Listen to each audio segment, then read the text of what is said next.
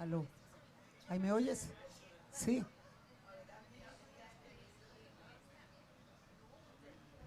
Bueno, los invitamos nuevamente, retomamos el programa.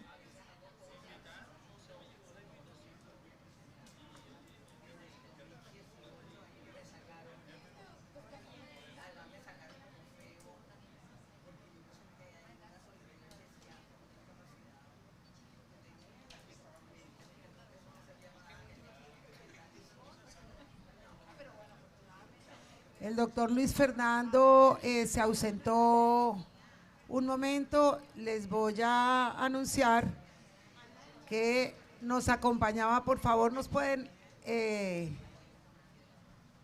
llamar a las personas que están afuera. Retomamos el foro. ¿Sí se oye? Ok. El doctor José Miguel Mendoza, quien nos iba a acompañar en esta charla, tuvo un inconveniente personal y no ha sido reemplazado por el doctor Lucas Arboleda. El doctor Lucas Arboleda nos va a acompañar virtualmente y va a hacer su exposición virtual. El doctor Lucas Arboleda es socio de la compañía Daily Paper, socio del doctor José Miguel, y es socio del área de Derecho de Energía y Recursos Naturales, incluyendo energía eléctrica, gas, petróleo y otros combustibles líquidos.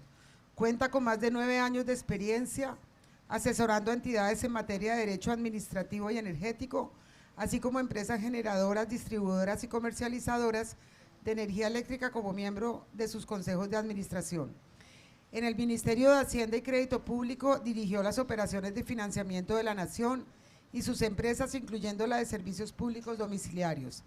Asesoró la estructuración de la normatividad que regula las empresas estatales en el caso de Isagen, ocupando el cargo de jefe jurídico del Ministerio de Minas y Energía. Lucas lideró, entre otros, la posición jurídica del Ministerio en la solución empresarial integral que garantizó la continuidad de la prestación del servicio de energía eléctrica en el Caribe colombiano. Asimismo, asesoró la estructuración y desarrollo de las subastas de energía de largo plazo que condujeron a la primera subasta de incorporación de proyectos de generación de energía renovables no convencionales en la matriz energética colombiana. Lucas fue admitido al bar en Nueva York para ejercer como abogado. Bienvenido, doctor Lucas Arboleda. Nos va a tratar sobre el Sistema Colombiano de Servicios Públicos Domiciliarios y nos acompaña vía virtual.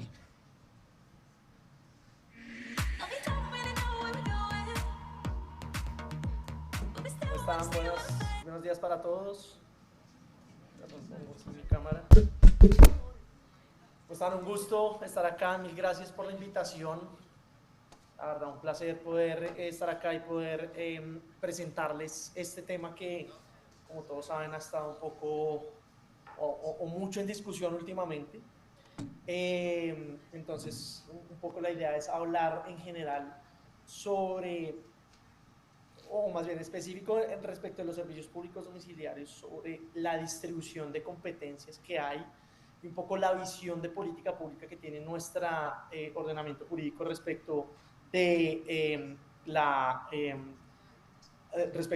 los servicios públicos domiciliarios, que es un tema que está, digamos, últimamente lo hemos estado discutiendo mucho, ha estado mucho en la discusión en la agenda nacional, teniendo en cuenta digamos, un poco las discusiones que ha habido sobre quién tiene competencias en términos de la expedición de la regulación y la normatividad que rige los servicios públicos domiciliarios y adicionalmente la discusión que está planteándose en este momento desde el Gobierno Nacional para proponer una reforma a la legislación de los servicios públicos domiciliarios, principalmente a la Ley 142 y a la Ley 143 de 1994, que son, vamos, casi que nuestros nuevos estándares después de la Constitución del 91 en términos de la normatividad o el ordenamiento jurídico que rige a los servicios públicos domiciliarios.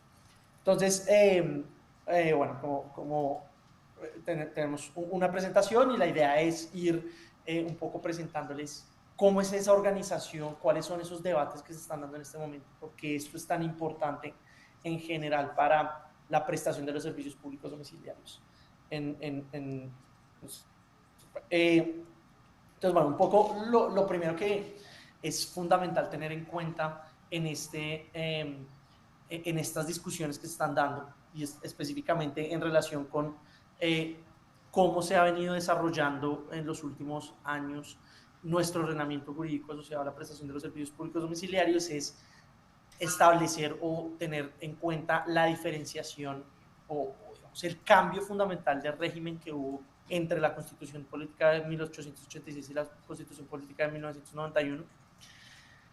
Antes del 86, como probablemente muchos saben o todos saben, la prestación de los servicios públicos domiciliarios era concebida efectivamente como una función pública, como una función del Estado, la prestación directa de los servicios públicos domiciliarios, ¿cierto? La superintendencia, perdón, los servicios públicos domiciliarios eran prestados por el Estado, que era el director general de la economía, y como tal era quien asumía esa prestación directa. Después del 91, un cambio, digamos, radical en esa visión, ¿cierto?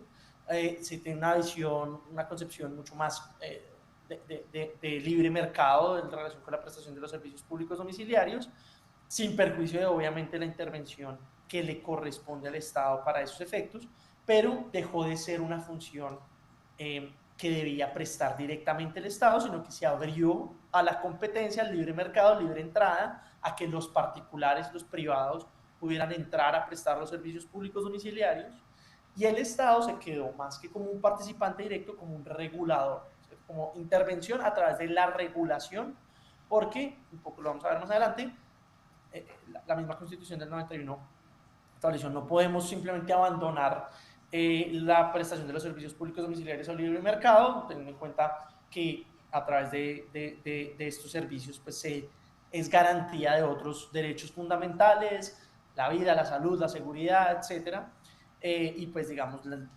es un elemento esencial de nuestro Estado Social de Derecho, pero no como un prestador directo de los servicios. Y un poco lo que pasaba antes de la Constitución del 91 y bajo el gobierno, digamos, de la Constitución Política de 1886, es que el Estado como prestador directo de los servicios públicos domiciliarios generaba, digamos, ciertas ineficiencias, ciertas complejidades en la prestación del servicio público, y no solo en la continuidad de la prestación del servicio público, sino un poco también en su cobertura, en la ampliación de la cobertura, en llegar a más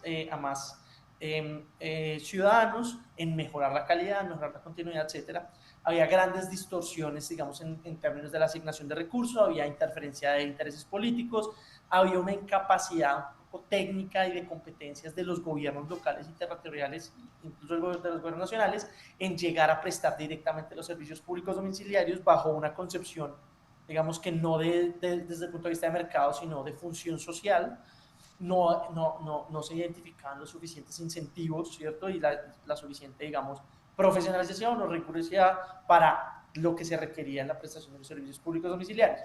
La Constitución del 91, de nuevo, abrió esto, cambió radicalmente el régimen, abrió a las empresas, sin perjuicio a que empresas particulares y particulares pudieran participar en la prestación de los servicios públicos, sin perjuicio de que la Constitución sigue trayendo digamos, una concepción de los servicios públicos domiciliarios como una finalidad inherente del Estado, ¿cierto? El Estado, al final, es un garante, el último garante de que los servicios públicos domiciliarios se presten, nunca va a poder abandonar la prestación de los servicios públicos, y por eso nuestro ordenamiento jurídico tiene múltiples herramientas de intervención estatal, no solo la regulación, sino eventualmente intervención directa en las empresas, asegurar la continuidad de la prestación de los servicios públicos, etcétera, digamos, asegurar financieramente que se sigan prestando, porque no se puede simplemente dejar que esos tipos de servicios puedan dejar de ser suministrados a los ciudadanos, y siempre el Estado tiene una garantía implícita en esta prestación, pero no como una prestación directa como función social, sin perjuicio de que el Estado sigue manteniendo una participación accionaria en muchos de los en muchas, digamos, empresas que prestan servicios públicos domiciliarios, pero que es una discusión bien importante que existe. Estas empresas en principio no están constituidas como entidades públicas que ejercen función social, sino que son entidades comerciales que prestan servicios públicos con una finalidad no de función social, sin perjuicio de que lo cumplan directamente, sino con una función, digamos, en principio comercial y mercantil. Ahora, ¿qué trae la Constitución? Esto es importante un poco para determinar cómo está concebido nuestro ordenamiento jurídico y teniendo en cuenta las discusiones que se están planteando actualmente hacia dónde, digamos, se dirigirá la política pública en relación con los servicios públicos. Y sobre todo también un poco, y aquí tal vez dando una introducción a este tema, porque se ha venido dando la discusión en relación con una posible modificación al régimen de servicios públicos domiciliarios, de tal vez volver un poco a ese modelo más o menos estatizado de la prestación de los servicios públicos domiciliarios, en el que el Estado tiene una función no solo de regulador, digamos, de una intervención económica, pero no como prestador directo, a pasar a tener un rol de prestador directo, de interventor directo o de controlador directo de los servicios públicos domiciliarios, de determinar cómo, digamos, de una determinación mucho más central de cómo se prestan los servicios públicos domiciliarios. Y por eso es importante ver qué dice nuestra Constitución en relación con los servicios públicos domiciliarios. Y aquí es fundamental tener en cuenta que en la Constitución, si bien se mencionan los servicios públicos domiciliarios, no se establece específicamente, por ejemplo, que las comisiones de regulación tendrán tales competencias, que el gobierno tendrá tales competencias, que tendremos una visión, digamos, estatizada, una versión más libre de esto, digamos que hay unos lineamientos muy generales, pero no se desarrolla con demasiado detalle lo asociado a la prestación de los servicios públicos domiciliarios, sin perjuicio de que en términos de las competencias que les corresponden a cada uno, digamos, de los órganos que hacen parte del Estado, la Constitución se estableció. Uno, no solo que es una finalidad inherente del Estado, como ya lo vimos en el artículo 365, sino adicionalmente estableció para el legislador en general unas competencias de expedir las leyes de intervención económica y los límites de la libertad económica, y además que le corresponde expedir las leyes asociadas a los servicios públicos domiciliarios. Así que eso es muy importante decir. En principio, el constituyente delegó un poco en el legislador, ¿cierto? Esa competencia de definir, mire, legislador, usted defina cuál debería ser el régimen de la prestación de los servicios públicos domiciliarios, y que esa discusión se dé en el seno del Congreso de la República para determinar un poco hacia dónde va a dirigirse. No obstante, sí es muy importante tener en cuenta que, como todos lo sabemos, los principios y los derechos también de libre empresa, libre competencia, libertad de entrada, son principios no solo legales, sino constitucionales, en general para todo, digamos, nuestro Estado, nuestra economía. Y eso aplica igualmente para los servicios públicos domiciliarios, ¿sí? Es decir, estos principios de libertad de empresa, libre competencia, libertad de entrada, etcétera, incluyen a los servicios públicos domiciliarios. Así que, en cualquier caso, uno sí puede ver que hay un marco dado por la Constitución en relación con hacia dónde puede uno, podría eventualmente el legislador o el ejecutivo determinar, vamos a expedir política pública asociada a los servicios públicos domiciliarios, si hay al final de cuentas un derrotero constitucional que nos dice, en cualquier caso, usted no puede establecer un régimen legal o una reglamentación que limite, por ejemplo, estos principios fundamentales de libre empresa, libre competencia, y por lo tanto tampoco podría, por ejemplo, decir solo el Estado prestará los servicios públicos domiciliarios o el Estado tendrá una preferencia en la prestación de los servicios públicos domiciliarios, etcétera, porque, digamos, podría limitar antijurídicamente y, pues, digamos, inconstitucionalmente lo que ha determinado nuestra constituyente para estos efectos. Ahora, en términos de la división de competencias, esto es bien importante porque es una discusión que hubo y todavía está un poco en el ambiente sobre la prestación de los servicios públicos domiciliarios. Es muy importante responderse quién tiene las competencias para expedir la normatividad asociada a los servicios públicos domiciliarios. ¿Y por qué? Porque se ha dado una discusión, y ustedes los vieron hace poco, digamos, el gobierno nacional tenía una finalidad, un objetivo de expedir directamente como gobierno nacional la regulación asociada a los servicios públicos domiciliarios, específicamente las competencias que tenía la CREG y la CRA, las comisiones de regulación de agua y de energía y gas, y hubo una discusión de quién tiene estas competencias. Entonces aquí lo importante es ver qué dice la Constitución del 91 al respecto. Lo que dice específicamente sobre eso es, le otorga unas competencias al Congreso de la República a través de ley y otras competencias al presidente de la República a través de su competencia reglamentaria. Entonces lo que le dice al Congreso de la República, entre otros en los artículos 365 y 367, es, Congreso de la República, usted tiene la competencia, además de los dos artículos, de las dos normas del artículo 150 que acabamos de ver, le dice, Congreso de la República, como legislador, usted tiene la competencia de establecer el régimen de los servicios públicos domiciliarios, porque los servicios públicos domiciliarios estarán sometidos al régimen que fije la ley. Y en esa medida, al Congreso de la República le corresponde establecer las competencias y responsabilidades de cada entidad dentro del Estado respecto a los servicios públicos domiciliarios, establecer unos criterios de cobertura, de calidad, de financiación de los servicios públicos domiciliarios, establecer el régimen tarifario que aplicará para los servicios públicos domiciliarios y establecer los derechos, deberes y derechos de los usuarios y su régimen de protección. Entonces, el constituyente le dio una importancia, una relevancia muy grande al legislador, al Congreso de la República, para efectos de fijar el régimen de los servicios públicos domiciliarios. Pero también hizo una mención, una relación específica al presidente de la República, al gobierno nacional, digamos, al Ejecutivo, en relación con los servicios públicos domiciliarios, y básicamente le dijo, mire, presidente, sin perjuicio de las competencias que tiene el Congreso de la República al respecto, usted tiene, hay dos funciones muy importantes que usted tenga en términos de intervención económica. La primera es el desarrollo normativo. Entonces, eso es bien importante porque sí le fijó al gobierno nacional, el constituyente le otorgó al gobierno nacional una competencia de desarrollar normativamente, de expedir normatividad asociada a los servicios públicos domiciliarios. Pero, ¿qué es lo que le dijo en ese sentido? Mire, gobierno nacional, usted tiene las competencias de fijar las políticas generales de la administración, control y eficiencia de los servicios públicos domiciliarios, por un lado.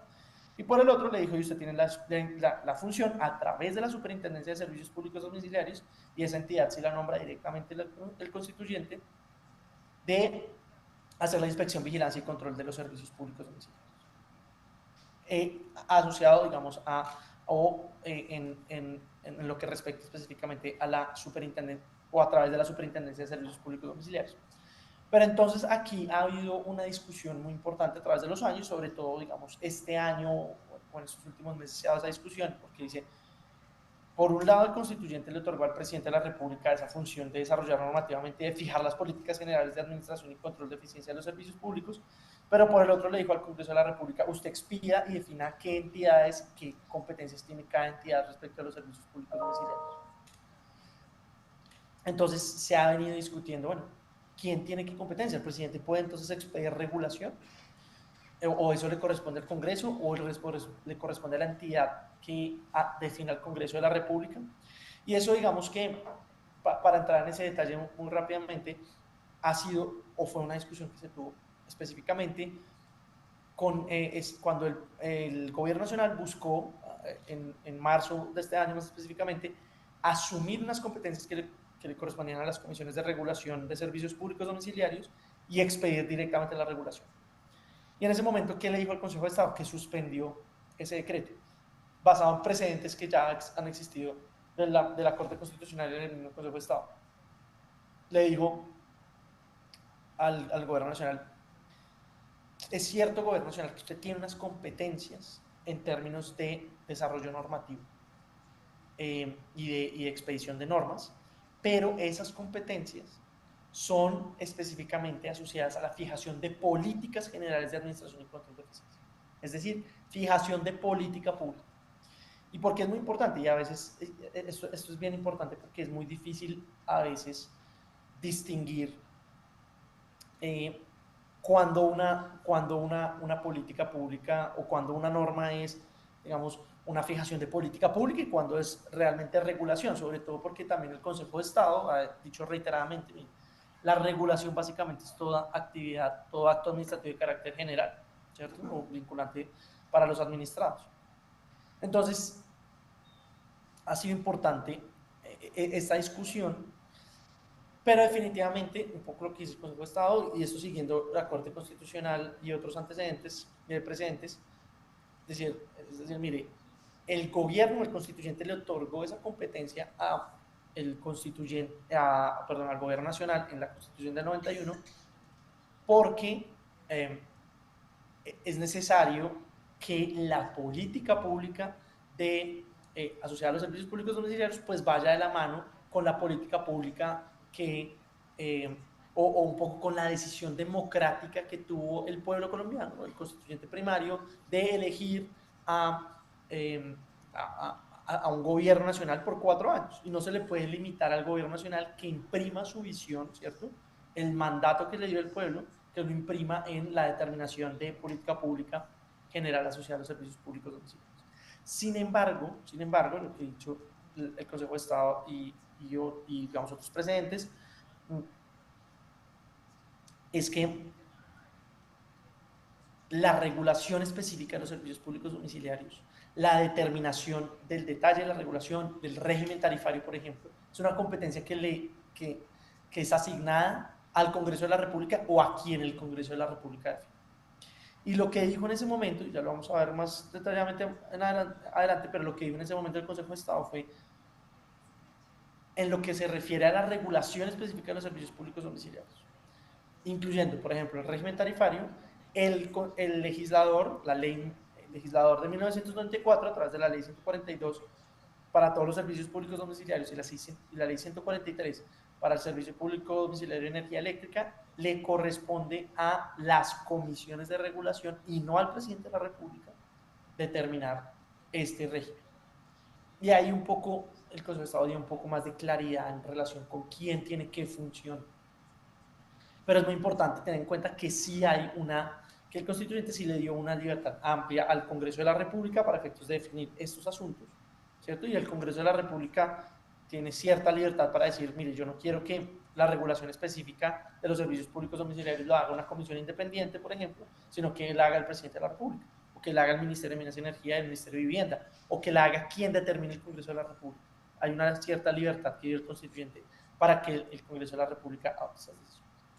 Ahora, ¿qué trajo, ya un poco pasando de la órbita constitucional a la órbita legal, qué trajo la ley 142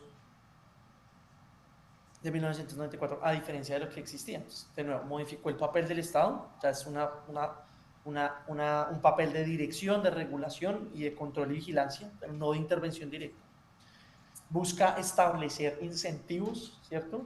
Y que la determinación del régimen regulatorio en general esté basada también en incentivos tarifarios, económicos, financieros, de calidad, etcétera, con el fin de incentivar que haya más competencia, que haya más prestadores y que esta competencia beneficie al usuario final, expandiendo la prestación de los servicios públicos domiciliarios, y para eso, digamos que buscó vincular al sector privado, al capital privado, para que participen en ampliar la cobertura y ampliar la continuidad y la calidad de los servicios públicos domiciliarios, y por eso uno de los principios fundamentales de la ley 42 de 1994 es la suficiencia financiera.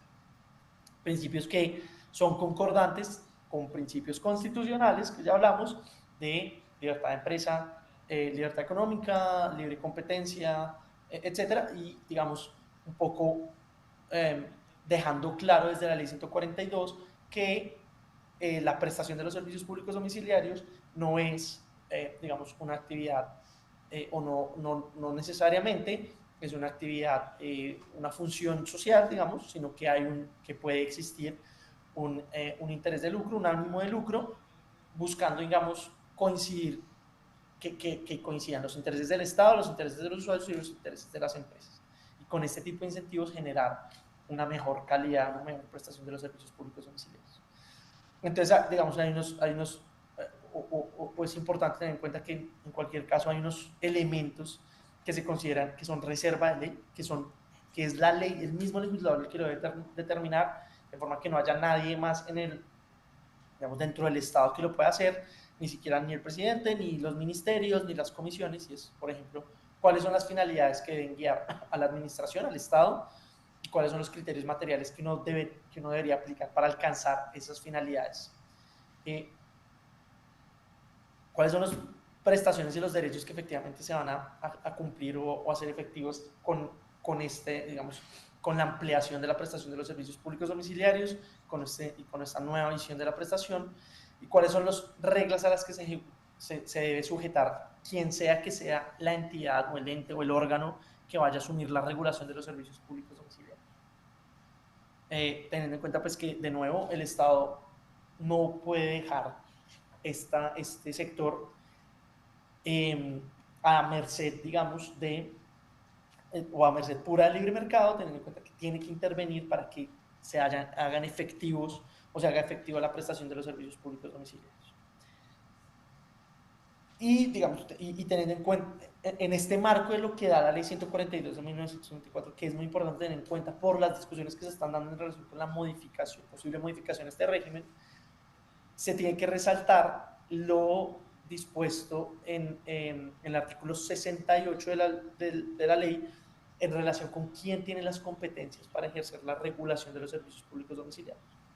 ¿Y qué es lo que dice ese artículo 68? Básicamente lo que dice es, mire, señor presidente de la República, usted, como ya lo hemos hablado, como lo dice la misma Constitución, tiene entre sus funciones señalar las políticas generales de la administración y control de la eficiencia de los servicios públicos domiciliarios, pero establece, usted puede delegar esa función o las funciones que hacen parte, digamos, de esa competencia general, las puede delegar en las comisiones de regulación.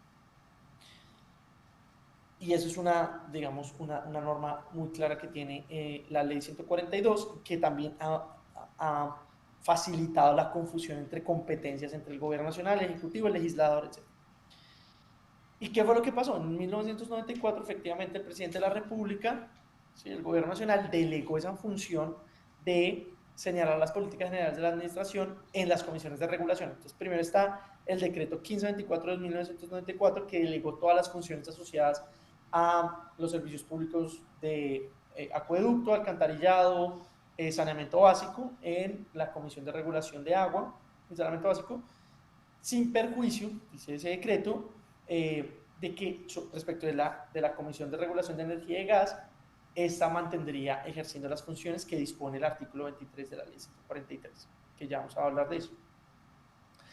Y posteriormente, el decreto 2254 de 1994, en este decreto del Gobierno Nacional, igualmente delegó las funciones que trae el artículo 68 respecto de energía y gas a la Comisión de Regulación de Energía y Gas, pero estableció que eso se daba sin perjuicio de lo dispuesto en el artículo 2, que es el que acabamos de leer, del decreto 1524 de 1994.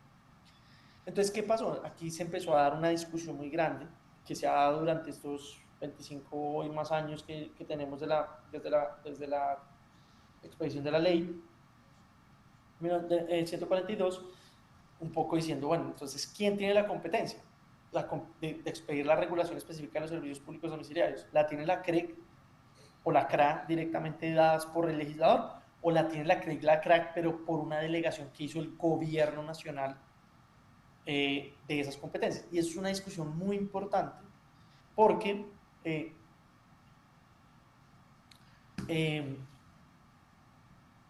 si es el legislador quien lo otorgó directamente, es una competencia que no le puede quitar de ninguna forma el gobierno nacional. Pero si es una competencia dada por el gobierno nacional, por el presidente, pues es una facultad delegada, pues puede simplemente reasumir esa delegación como lo permite nuestro ordenamiento jurídico, principalmente la ley 489. Y es una discusión que ha sido muy importante porque en diferentes ocasiones, no solo en este gobierno, pero en diferentes ocasiones, ha habido alguna iniciativa del gobierno nacional de reasumir las funciones que tienen las comisiones de regulación. ¿Y por qué? Porque eso se da actualmente porque, digamos que es cómo funciona esto, ha sido una competencia, un diseño institucional bien pensado, en el sentido en que las comisiones de regulación tienen un componente de independencia que hace o que está pensado precisamente para que la expedición de regulación específica de los servicios públicos domiciliarios no esté definida necesariamente por unos criterios de política pública o de simple política, ¿cierto? Sino que por la naturaleza misma de los servicios públicos domiciliarios debe tener un criterio técnico específico.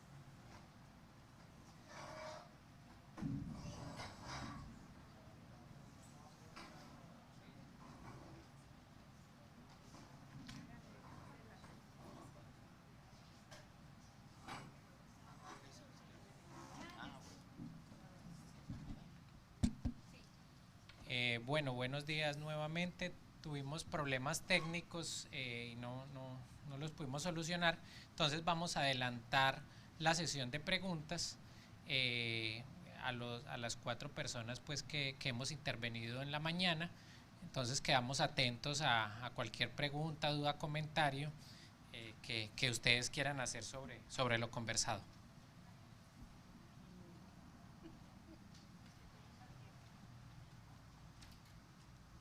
Gracias. Es una pregunta para aquí, para la mamá de las garantías. Bueno, es importante de verdad que uno siempre ha vivido todos estos procesos, digamos, como protegiendo al acreedor que ha puesto los recursos para los proyectos, pero ya cuando uno, digamos, es como defensor de este tipo de acreedores es una cosa, pero cuando ya uno pasa al otro lado, yo te quiero preguntar cuál es la protección para los promitentes compradores en todo este proceso, donde a pesar de que haya una fiducia y aunque sea en cumplimiento, digamos, en reorganización es una cosa y en liquidación es otra muy diferente. La liquidación es fatal, pero hablemos de la reorganización. Que sigan cumpliéndoles, o sea, en qué medida, digamos, hay protección para esos promitentes compradores que realmente, digamos, desde el punto de vista de la insolvencia, ellos sientan que hay una debida protección para ellos. Bueno, yo estoy, digamos, muy de la idea que si las estructuras de financiación funcionan, y para eso es importante, como usted lo ha mencionado, doctora Beatriz, que uno diferencie las soluciones y los remedios en procesos de recuperación que son muy distintos a los procesos de liquidación. En algunas ocasiones en las liquidaciones se puede rescatar valor porque, por ejemplo, los proyectos están terminados.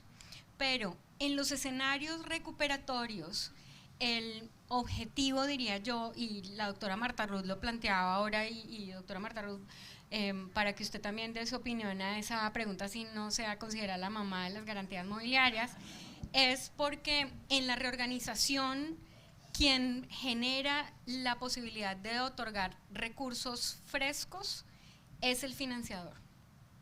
Y el financiador, para hacerlo, tiene que estar en una estructura financiera que le permita recuperar. Si el financiador no puede recuperar o si el financiador siente que existe un riesgo en la posibilidad de recuperación de esos nuevos recursos que muchas veces se necesitan para terminar las zonas comunes, para terminar el 10% del edificio, es decir, si un financiador puede estructurar una solución negociada con el deudor, el problema es que en la mitad siempre se intenta colocar el derecho del promitente comprador. El promitente comprador aquí en realidad participa en la medida en que le pueden generar el cumplimiento de los términos contratados y participa en la medida en que paga las obligaciones que deberían ser recaudadas para poder, digamos, solucionar la estructura financiera del proyecto.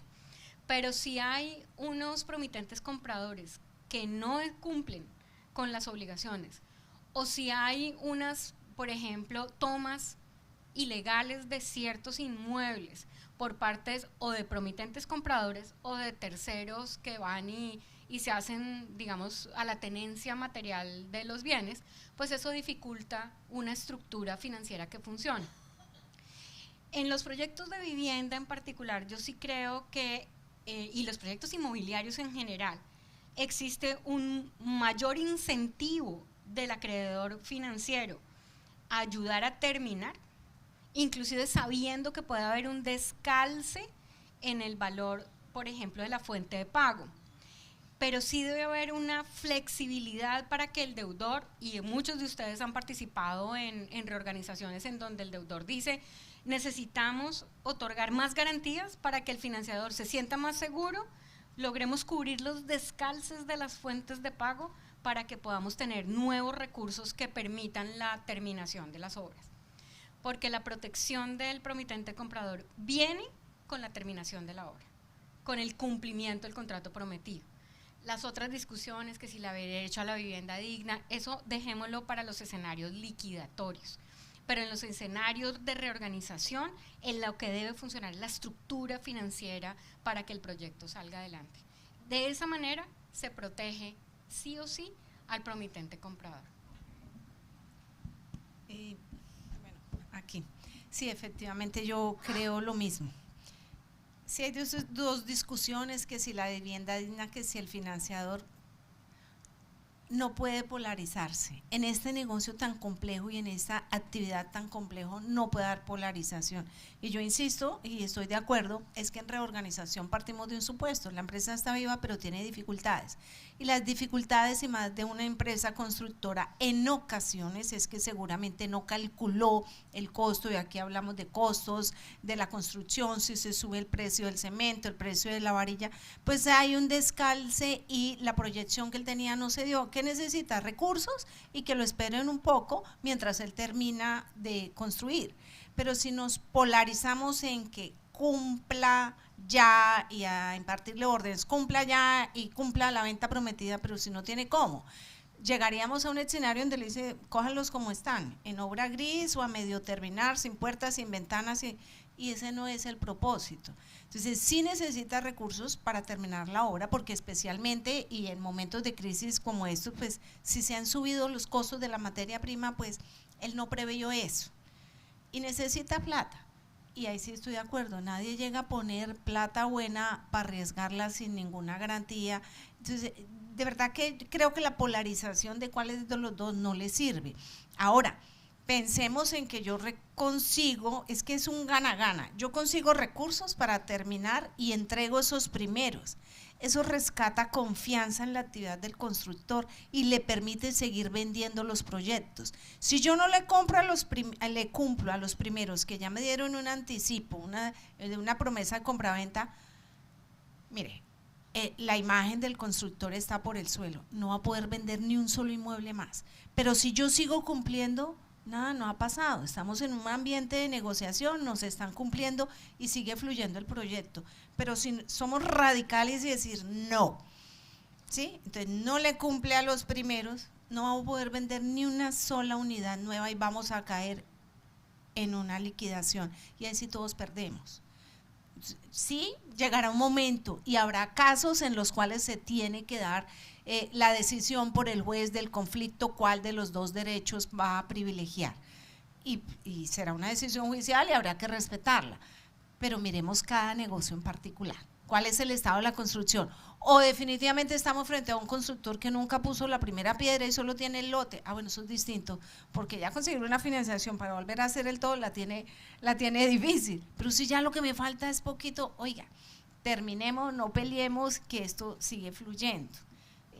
Y las soluciones se pueden dar, de verdad que o sea, es muy amplio. Aquí hay una regla, yo creo que en la actividad de construcción no hay una regla exacta y rígida, porque hay que mirar el tipo. Ahora, y esto que en la discusión de hoy no le hemos incluido las fallas de consumidor, porque también tenemos unos antecedentes acá, que es cuando yo insisto, por eso le dieron a las alcaldías esta función. En Medellín tuvieron, después de la caída del Space, se implosionaron otros edificios, tuvieron que tumbarlos porque tenían fallas estructurales, y ahí vino todo el daño de consumidor y toda la protección que dio la Superintendencia de Industria y Comercio, y ahí sí el fallo se fue, protección de consumidor por encima de todo, incluso nos dio la orden de pagar como gasto de administración. Entonces ahí sí ya nos vamos a un extremo. A otro extremo, se dio y en su momento se cumplió. Muchas de esas constructoras siguieron vivas, otras en liquidación, o no, doctor Romeo, ¿cómo está eso en su tierra? Pero pues fue un fenómeno porque parece que estaban construyendo sin un adecuado estudio de suelos. Y eso genera, pero resulta que aquí en unos casos ya no habían promitentes compradores de vivienda. O sea, esa protección del 68 de que eran de segunda clase, que eran privilegiados, eran de quinta porque ya tenían escritura, vivían ahí, pero se les cayó el edificio.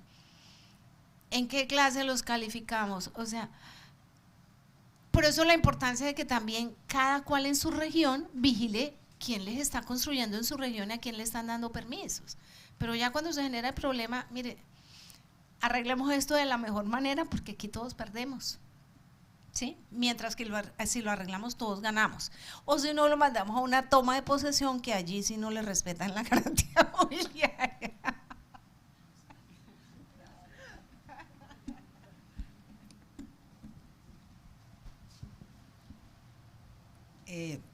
Yo quiero plantear lo siguiente.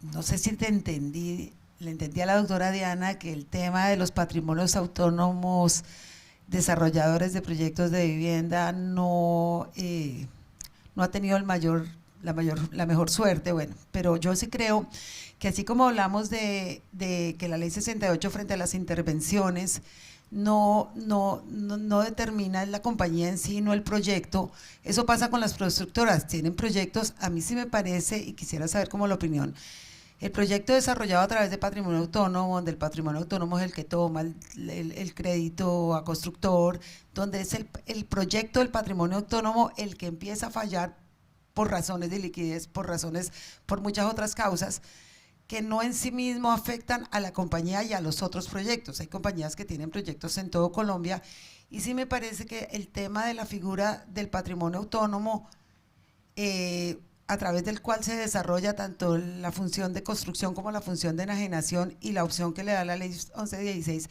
a que solamente ese proyecto, si llega a entrar en una crisis financiera o una parálisis, sea solamente el que entre en reorganización sin afectar la compañía constructora en sí misma, que puede tener otros proyectos que sean exitosos.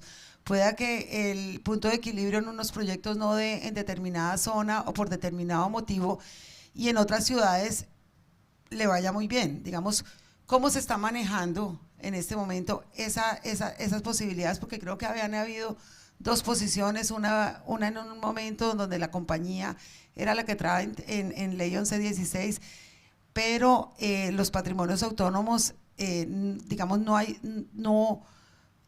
se arrasaban o intentaban que los otros acreedores quisieran ser parte, digamos, de toda la masa y toda la masa sea parte de ese proyecto. Entonces no entiendo por qué, doctora Diana, algo le entendí o no sé si soy mal, que esto no haya sido de mayor desarrollo o no fue muy afortunado o no ha sido muy afortunado los procesos de reorganización de patrimonios autónomos, cuando a mí me parece que separar cada proyecto del deudor es, digamos, la mejor figura para proteger a los compradores de vivienda de otros proyectos, a los financiadores de otros proyectos bajo la misma deudora, pero donde solamente el proyecto sea el que vaya a un proceso de reorganización.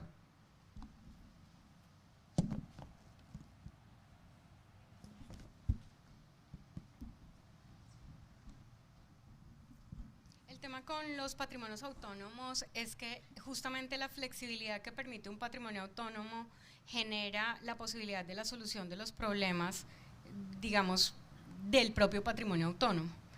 Yo lo que menciono es que desde mi perspectiva y mi opinión, los patrimonios autónomos inmobiliarios que tienen, digamos, las características de ser inmobiliarios de administración administración, pago y garantía, no tienen en su esencia y en su objeto el ser reorganizables, porque eventualmente no están dentro de la definición que trae el decreto reglamentario 1074 de un patrimonio autónomo afecto a actividades empresariales. Digamos, el decreto en particular fija unas actividades ordenadas relativas a la custodia de los bienes, administración de los bienes, que no necesariamente son la realidad de los patrimonios autónomos de los proyectos inmobiliarios. Además que no en todas las etapas de desarrollo del proyecto inmobiliario es reorganizable. Y me explico, puede ser que el patrimonio autónomo y el proyecto como tal ya haya culminado y esté en su fase de garantía, por ejemplo, únicamente recaudando la fuente de pago para pagar las obligaciones del financiador. Puede ser que ni siquiera los promitentes compradores sean acreedores del patrimonio autónomo. No hay, y en algunos casos que hemos tenido, digamos, en la experiencia, no hay un vínculo jurídico entre los promitentes compradores y el patrimonio autónomo, ni entre el patrimonio autónomo y el fideicomitente, más allá de que la construcción la realizó el fideicomitente. Muchas veces ni siquiera el fideicomitente aportó los bienes.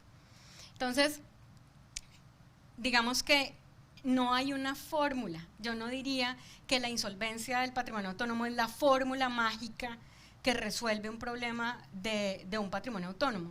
Además que el patrimonio autónomo tiene reglas contractuales de prelación, tiene reglas contractuales de ejecución. Y entonces, ¿cómo desconocer el contrato? O sea, ¿cuál es la virtualidad que tiene la insolvencia, el proceso de reorganización para decir, ah, no, esta regulación entonces ya no? A veces sí, a veces no. Entonces, aplico la cláusula de objeto, pero entonces no aplico la cláusula de prelación. O sea, ¿cuál es la virtualidad de la norma para desconocer la libertad de estipulación contractual de las partes que fijaron cuál era el objeto del contrato? Ni siquiera en la ejecución de garantías, yo se los mostré. La superintendencia ha dicho, en el caso de la ejecución de garantías estructuradas a través de contrato de fiducia, la forma de ejecución de la garantía es la prevista en el contrato. Entonces, ¿por qué en la reorganización entonces yo obvio el contrato? Y entonces asimilo, y son los casos que yo he visto, doctora Luz Helena, en los que en la liquidación el patrimonio autónomo se trata como si fuera una sociedad. Y entonces desconozco todas las reglas del contrato y entonces aplico como si fuera supletivo de la voluntad de las partes la ley 1116 para la liquidación. Bueno, ¿y la razón? O sea, ¿qué aplico? El objeto sí, pero entonces la cláusula de prelación no, la cláusula de prelación sí, pero entonces mi sugerencia es que en estos asuntos que son extremadamente negociables, la insolvencia suele ser una camisa de fuerza que lo que hace es generar escenarios indeseables de no solución. No sé si para algunos la solución sea la adjudicación de bienes, ¿no? Entonces ahí le entrego ese apartamento, ese pedazo de edificio a los promitentes compradores. Yo no sé si eso se pudiera ver como una solución. De mi perspectiva, la respuesta es no. No. Entonces, una adjudicación en pago en una liquidación judicial, pues no resuelve el problema. Entonces, el escenario de la negociación permite vender el proyecto. El escenario de la negociación permite que los promitentes compradores se organicen para ver si tienen que poner un poco más, porque siempre la pregunta es ¿quién debe perder? Entonces, sí suele haber como un convencimiento de que aquí pierden unos, ¿no? Y entonces aquí perdemos todos, como dice la doctora Marta Ruth. Pierde el financiador, pero también pierde el promitente comprador, que la demora, la indefinición, el costo, él a veces también tiene que poner, porque no es lo mismo comprar un inmueble a $1.000.000 el metro cuadrado a comprar un inmueble a 5 millones o a 10 millones o a 15 millones, que solo por el efecto de la inflación y la UR cambia. Entonces, en mi experiencia, la solución de la crisis de la vivienda no está en la insolvencia. No está. Desafortunadamente no está allí. Entonces, que habrá algunos casos en que habrá que tomarlos y habrá que hacerlos, pero no es la regla de salvación, o no lo veo como una regla de salvación, que yo tenga entonces que concursar a todos los patrimonios autónomos que tienen proyectos de vivienda, porque ahí sí hay una oportunidad. Yo desafortunadamente no lo veo. Quisiera precisar una cosita, doctora Luz Helena. Precisamente la fiducia inmobiliaria yo creo que surgió y se desarrolló muchísimo más para contrarrestar esos fenómenos antiguos de los urbanizadores piratas, porque construían sobre un terreno que a veces ni era de ellos, que era terreno de invasión, sin permiso de construcción, y recibían recursos del público. Eso fue un fenómeno, ya les digo por qué todo este tránsito del balón de cancha en cancha, pues nadie quería coger ese problema, era una literal papa caliente. Con la fiducia inmobiliaria, al menos en esa primera fase, porque la primera fase es que tenemos una fiducia de parqueo donde afectamos un inmueble que no siempre es del empresario, puede ser un tercero que pone un inmueble, pero en esa fiducia inmobiliaria al menos tenemos garantizado, porque es propio de estas fiducias inmobiliarias, que los recursos quedan en la fiducia hasta que se logre el punto de equilibrio de la construcción, y ahí sí empiezan a liberar recursos al constructor para que empiece pues, la construcción y la obra. Pero además he visto unos, pues, nuevamente hay una libertad de configuración de los contratos, pero los que yo he tenido la oportunidad de ver, todas tienen esa cláusula: si no llegamos al punto del equilibrio, devolvemos los recursos a esas personas que llegaron a apostarle a esta construcción. Y ahí, imagínense si entramos esa fiducia inmobiliaria a una fiducia, pues obvio, entonces, ¿qué confianza nos van a dar las siguientes fiducias inmobiliarias cuando lleguemos a comprar un apartamento? Y digo, bueno, yo estoy tranquila porque si esto no logra punto de equilibrio, a mí me van a devolver la plata. No, no fuimos a reorganización, no me la van a devolver, se la vamos a entregar al constructor. Yo creo que hasta ese extremo no podemos llegar, porque entonces, nada, acabemos la fiducia inmobiliaria y volvamos a los constructores, estos que, porque además las fiduciarias dentro de su debida diligencia no giran los recursos, lo primero que hacen es un control, el lote de quién es, hacen un medio estudio de títulos, quién es el propietario, tiene permiso, licencia de construcción. Esas son las primeras cláusulas que uno ve en una fiducia inmobiliaria. Entonces estamos haciendo el primer chequeo de que aquí al menos no estamos con un urbanizador pirata, que era lo que teníamos allá y para lo cual se diseñó la toma de posesión, porque al final es eso lo que se buscaba. Entonces yo creo que no podemos de tajo, porque nos vamos a devolver, y bastantes años, donde sí había una cantidad de personas completamente defraudadas. Bueno, la doctora Diana considera que la solución a la crisis de la construcción no está en la insolvencia, busquémosla por fuera. Desde el punto de vista jurídico existe otra opción que se implementa mucho en la contratación estatal, pero que desde el derecho privado se olvida, y es la renegociación del contrato.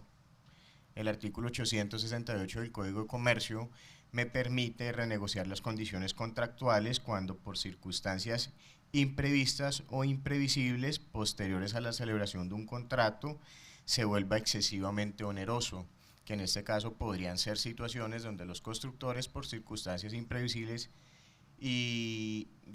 impliquen que tuvieran que construir a un mayor costo.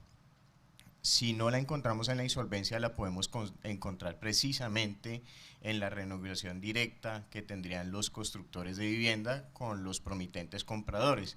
Lo que sucede es que, por lo menos yo no conozco al son de hoy, la primera solicitud que se le haga a un juez desde el punto de vista del derecho privado, no desde el punto de vista del derecho concursal, en donde se solicite la renegociación del contrato.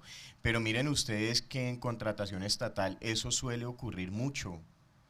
Eso suele ocurrir mucho porque lo que hace el juez contencioso administrativo sí es lograr un equilibrio para el contratista, porque las expectativas de ganancia ya no van a ser las mejores.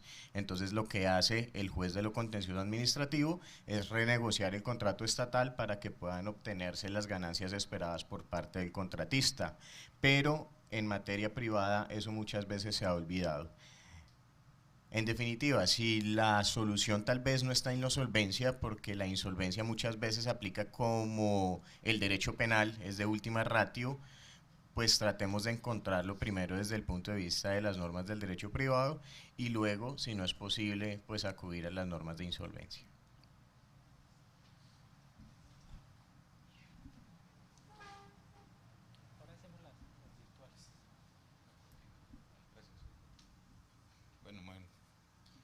Bueno, muchas gracias. Yo tengo una pregunta.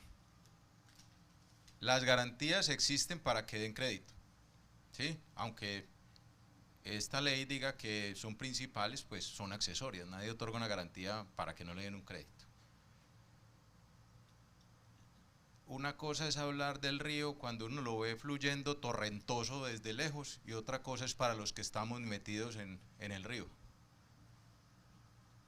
El crédito, que llaman financiador, yo llamo prestamista, es el mismo de toda la vida, que le otorgan a los constructores, es gran parte de la confianza que le dan al consumidor. Mi pregunta concreta es, el financiador no solo puede tener derechos, la pregunta es, ¿qué deberes tiene el financiador que públicamente respalda un proyecto? ¿Por qué? Porque ya hemos visto proyectos y casos y constructoras que, habiendo publicitado el respaldo de bancos, como trabajo para bancos, puedo decir los nombres, Itaú, Bancolombia, a la mitad del camino el financiador suspende el desembolso y le dice, con la alegría propia del que no consigue el dinero, que lo ponga el constructor.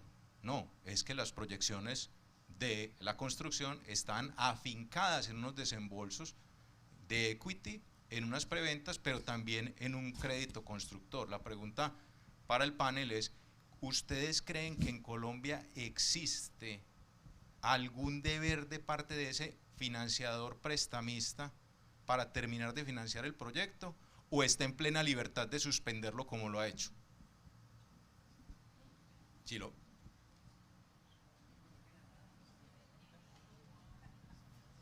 La mamá.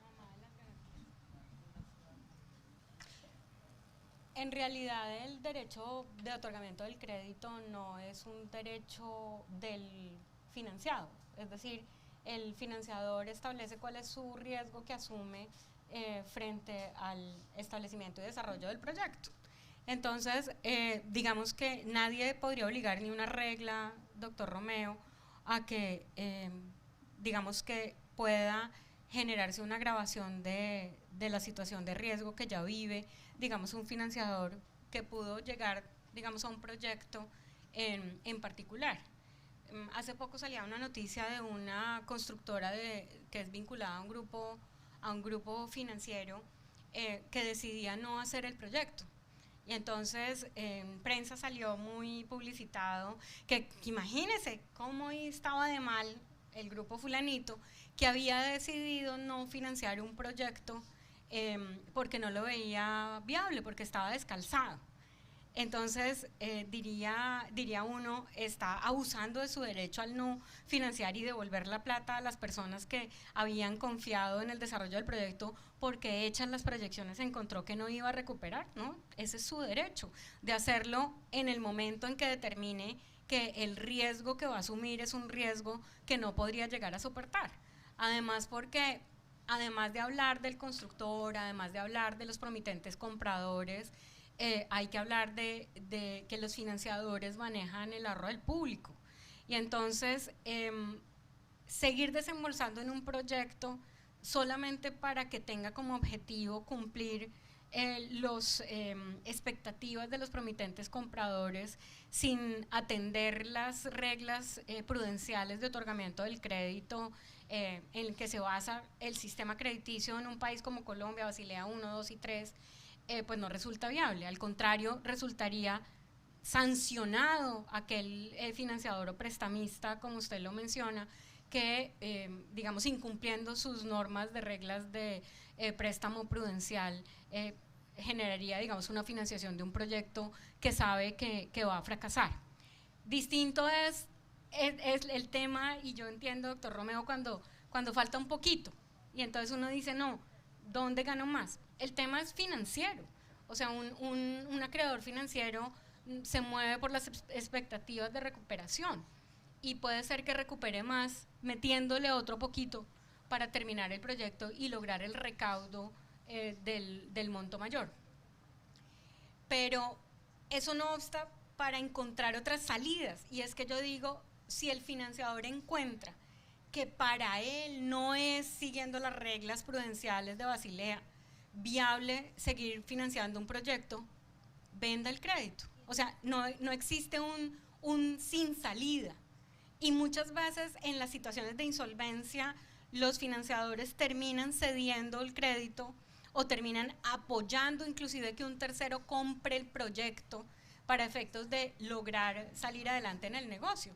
Pero yo sí no estaría de acuerdo en que existiera una disposición legal que, independientemente del riesgo moral que podría llegar a tener un financiador o el incumplimiento de las reglas prudenciales de otorgamiento del crédito tuviera que, per se, por el hecho de cumplir con el contrato para el promitente comprador, digamos, generar un riesgo en el sistema.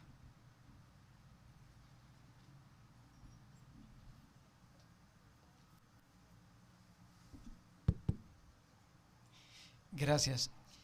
En el mismo orden de la pregunta aquí del doctor Romeo y la respuesta de ustedes, mi pregunta para el panel es: ¿creen ustedes que por parte del Estado debe haber un acompañamiento para que esa solución de vivienda tenga éxito? Que de tal manera de que el Estado no deje solo al financiador de decir en qué momento hace el desembolso o en qué momento lo detiene, ¿sí? ¿Será que debe haber un acompañamiento del Estado para decir a todos los que hacen las proyecciones, incluido las fiduciarias, si pueden hacerlo, pueden detener o deben de continuar adelante? ¿Será bien que el Estado deje en total libertad a la empresa en su,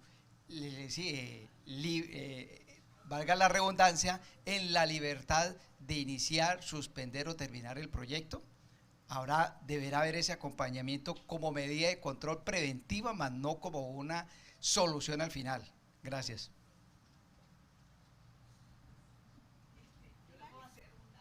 Pero yo podría decir algo, doctor David, aquí el Estado acompaña el desarrollo de la vivienda, da subsidios, genera políticas públicas de apoyo, genera coberturas adicionales para cierto tipo de créditos, pero yo sí no creo que el Estado deba salir a responder, salvo a través de, no sé, créditos con garantía de Estado, que uno podría llegar a estructurar, y pues la política de subsidios, pero pues salir al rescate de las constructoras, no creo, doctor David. No, ahí completamente de acuerdo. Y el Estado, pues sí ejerce, volviendo al tema, los municipios y distritos sí ejercen en sus funciones de inspección, vigilancia y control, que el proyecto cumpla con las licencias, que se realicen, que la construcción se realice conforme a las normas de construcción. Digamos que ese es el acompañamiento, pero también comparto en que el Estado esté haciendo un seguimiento financiero para que el proyecto funcione de manera adecuada. Creo que también se le escapa completamente a la órbita de su competencia. Yo creo que la intervención del Estado es actualice las normas y arregle este problema, porque nuevamente estamos acá, el mundo de los negocios evolucionó y estamos todos queriendo lo mismo, pero ese es parte del acompañamiento del Estado, estar actualizando sus normas. Ahora, lo del uso del suelo, nuevamente, cada región tiene que estar muy atento qué es lo que le están construyendo, si tiene servicios públicos, si no tiene servicios públicos, porque a veces en ocasiones, pues, es el mismo Estado el que ayuda a agrandar el problema porque hizo caso omiso de una construcción que no estaba cumpliendo con los mínimos requisitos. Entonces, pero no es por el lado de la financiación, doctor David, porque entonces, pues ojalá tuviéramos un Estado tan rico que diera no solo a las constructoras sino a todas, y yo creo que estamos lejos de llegar allá.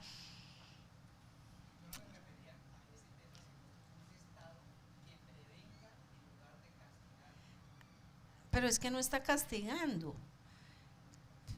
La prevención yo creo que más que el Estado somos nosotros mismos. Miren dónde están depositando sus recursos, cómo están haciendo, pero yo creo que la prevención es de todo. Hay unas normas, va a comprar, revise si el proyecto tiene licencia, quién es el que vende, y ahí insisto, para eso se diseñó la fiducia inmobiliaria, para darle un poco de tranquilidad y confianza a esos promitentes compradores.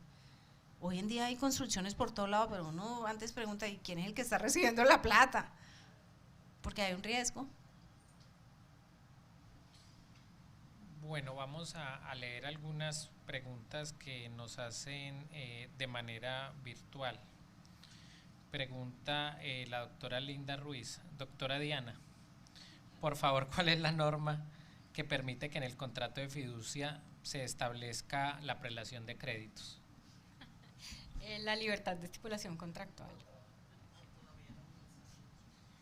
Bueno, nos pregunta el doctor Juan Manuel Vega, en el escenario de insolvencia, ¿qué mecanismos legales o contractuales existen o pueden pactarse para darle tranquilidad a los promitentes compradores para que los recursos que estos paguen vayan a la construcción del proyecto y no amortizar la deuda del financiador? Pues es que no hay una norma porque es el mismo sistema el que dice. Ahora, en ocasiones, esos recursos que partan, y es parte de lo que se decía en el decreto ley 772, si yo promitente comprador entrego lo que me falta de una promesa para que me puedan escriturar, pues yo le podía hacer ese abono al banco para que liberara esa prorrata de la hipoteca y el señor se pudiera ir con su bien. Garantizar que todo lo que paguen los promitentes compradores vaya sobre la compañía y no le paguemos al financiador, pues yo creo que hasta allá no, doctora Diana. La fuente de pago es justamente los recursos que se recaudan de las ventas.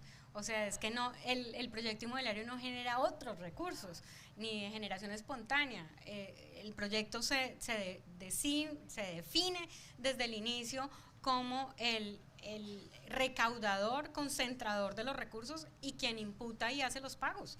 O sea, es así. Entonces, pues yo no creo que eso sea contra la ley, al contrario, es una fórmula que permite que el financiador recupere con la fuente de pago el valor financiado, ¿no? Ahora, a veces, y eso haría parte de una negociación, que eso que están pagando los promitentes compradores no sirva para terminar otras unidades, pero haría parte de la negociación que haga con el mismo financiador. Ahora déjeme estos recursos, yo termino, los siguientes ventas ya van para usted. En el mundo de los negocios creo que se pueden hacer cosas como esas. Bueno, y una última pregunta del doctor Julián Jiménez, dice, ¿qué pasa con los acreedores promitentes compradores en la liquidación cuando el banco solicita la exclusión del único bien? Los apartamentos ya están a un 80% y tienen régimen de propiedad horizontal.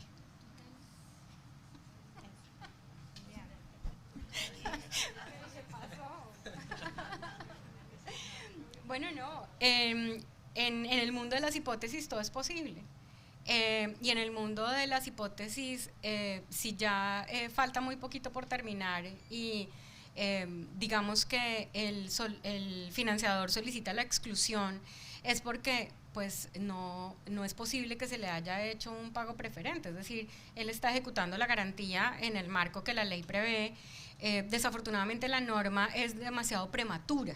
La norma lo que establece es que el acreedor garantizado en las liquidaciones judiciales solicite la ejecución de la garantía a través del mecanismo de exclusión desde el momento mismo de la apertura. Entonces puede ser que ni siquiera el propio financiador sepa cuál es la suerte del resto de bienes de la liquidación, es supremamente prematuro. Lo que hacen normalmente los financiadores es solicitar de manera genérica la posibilidad de excluir el bien en garantía como fórmula de ejecución, pero en muchos casos, salvo en uno reciente que vi un auto muy interesante, muy curioso, yo pues lo recibí con sorpresa, de una sociedad que se llama John Restrepo en Bogotá, en donde el acreedor financiero solicitó la exclusión y había dinero en efectivo. Y entonces el dinero en efectivo se lo pagaron a los acreedores de la cuarta y de la quinta clase y le dieron al acreedor garantizado el bien objeto de la garantía. Y entonces yo me pregunto, el derecho es a que le cumplan la obligación en los términos originalmente pactados. La posibilidad de ejecución de la garantía se da en el evento en que efectivamente haya un incumplimiento de ese pago preferente que establece el Código Civil. O sea, además del artículo 50, 51 y 52, yo me temo que pues obviamente en todo el tema de obligaciones y contratos pues no debemos olvidar lo que establece el Código Civil. Pero más allá en esa hipótesis en que sea el único bien dado en garantía y entonces pues eventualmente se ponga sobre la mesa si se trata o no el derecho del acreedor garantizado de un derecho constitucionalmente protegido, pues lo que hay que decir es que hoy tenemos un marco jurisprudencial digamos distinto, ¿no? Y es un marco jurisprudencial en donde el acreedor garantizado cede en los términos del Código Civil a los acreedores de la primera clase, y ni siquiera a todos los acreedores de la primera clase, solamente a los acreedores laborales y por alimentos cuando se trata de personas naturales comerciantes. El Código Civil no plantea, y ahí es donde yo me temo que estaríamos en una hipótesis no contemplada, el Código Civil no plantea que el acreedor de segunda clase desplace al acreedor hipotecario, ¿no? No lo plantea. El único que puede plantear el desplazamiento del acreedor hipotecario es el acreedor de primera clase de carácter laboral, de acuerdo con la Corte.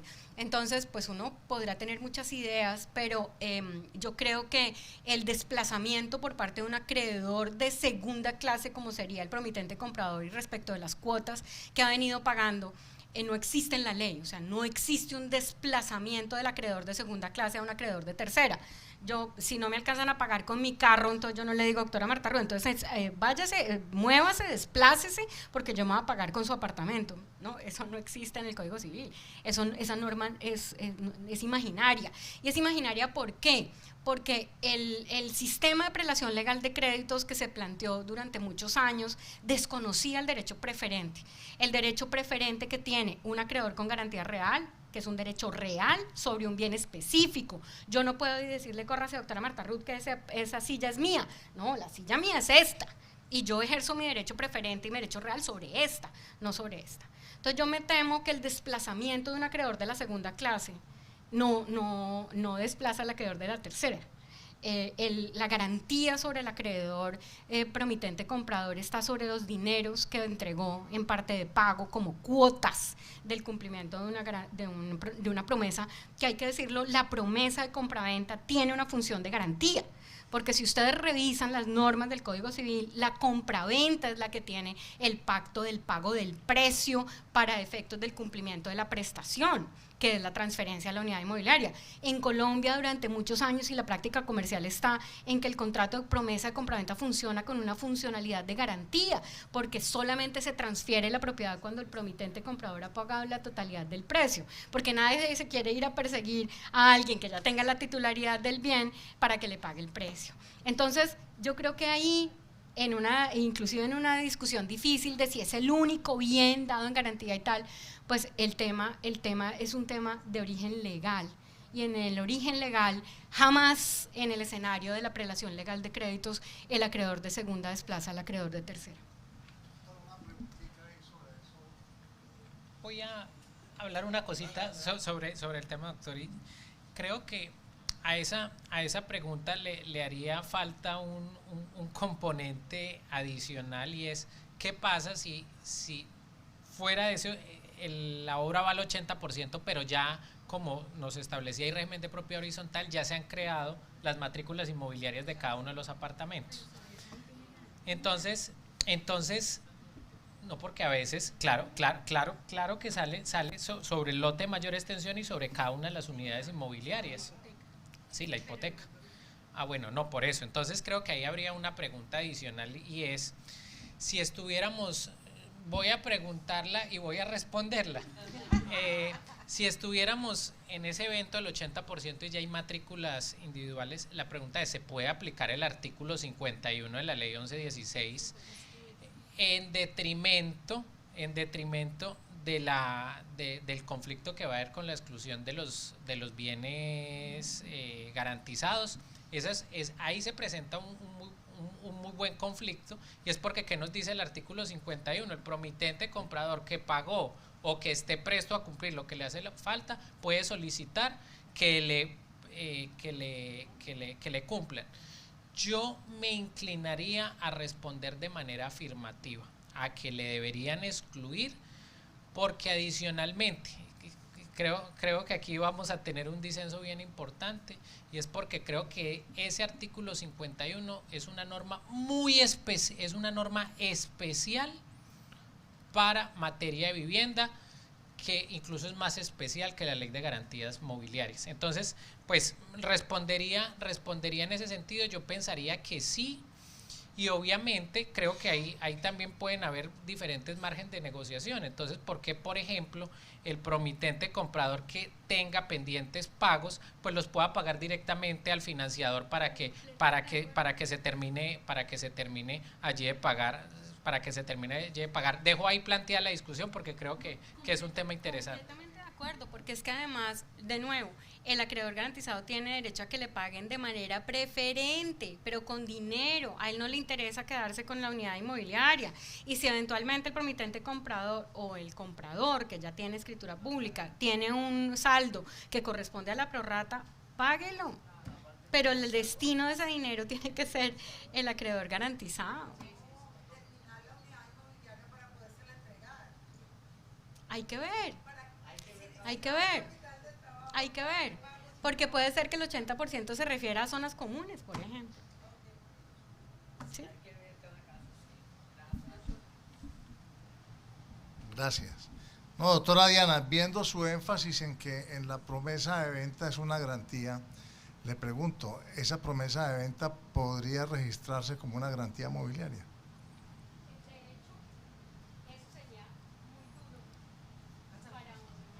Pasan el micrófono.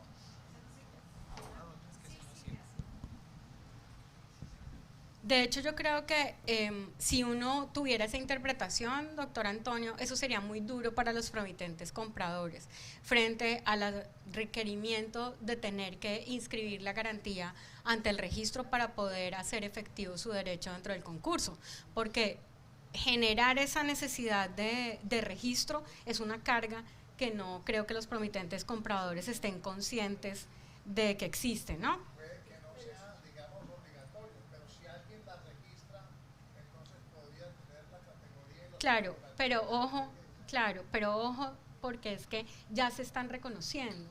La superintendencia, en un proceso hace muy poco, hace un poco más de una semana, que tuvimos la audiencia de resolución de confirmación del acuerdo, de resolución de objeciones de Grupo Andino María Invernal, que tiene un proyecto aquí en la ciudad de Barranquilla y saliendo por Puerto Colombia, dispuso que, y fue una unificación de la categoría en la cual se habían reconocido los promitentes compradores en la calificación y graduación de créditos. Y lo que dijo el juez concursal, desde mi perspectiva, digamos, muy acertada, es que el promitente comprador es por la obligación de hacer, estaba en segunda clase, y por obligación de dar, también estaba en segunda clase, porque inicialmente lo que había hecho la sociedad concursada era definir que si, por ejemplo, había pasado por un proceso de protección del consumidor ante la SIC y le hubieran ordenado la devolución del dinero, o si hubiera desistido de la venta y hubiera solicitado la devolución del dinero, era de quinta.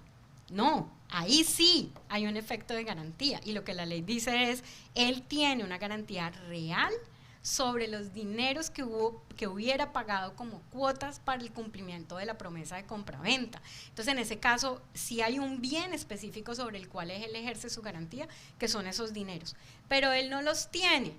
Entonces uno diría, debe registrarse quién tiene los dineros. ¿Quién los debería tener? ¿Quién tiene la tenencia material del bien? Porque es que acordémonos que la publicidad de las garantías no solamente se da por el registro, ¿sí?, sino se da también por la tenencia material del bien objeto de la garantía.